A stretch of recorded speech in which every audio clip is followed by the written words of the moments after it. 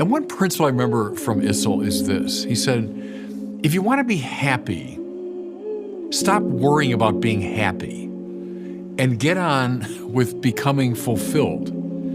Happiness, and Aristotle knew this too a long time before Dr. Issel, happiness is a kind of byproduct of fulfillment. The worst thing you can do is to turn inward and fuss about, why am I not happy? How do I become happy? Forget about being happy. Become fulfilled, and the happiness will take care of itself. Something similar I found in Jordan Peterson's Reflections, where he says, self-consciousness is equivalent to misery. Now what he means, I think, is this turning inward, the self-preoccupation is equivalent with misery. So you want to be psychologically healthy, well, forget about yourself. Stop fussing about yourself and get about the business of fulfillment.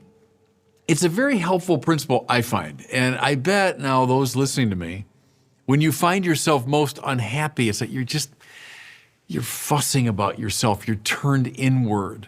You're worrying about, what might have been and mistakes you made. And forget about that. Forget about being happy. Get on with being fulfilled. In other words, there's a kind of extroverted quality that's associated with happiness.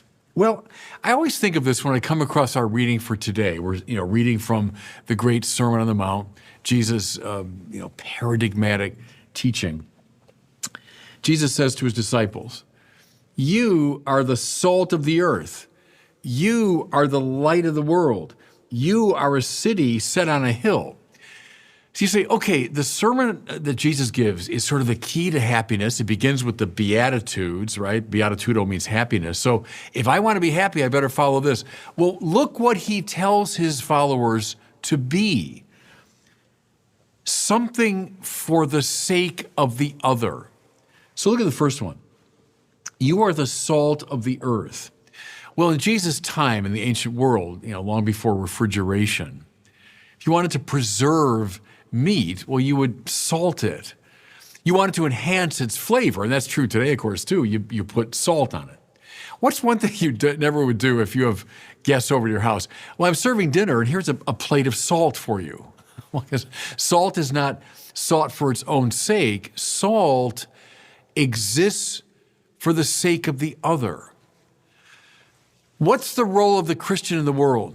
It's not to be fussily preoccupied with his or her own happiness. Rather, it's to become something for the sake of the other. Salt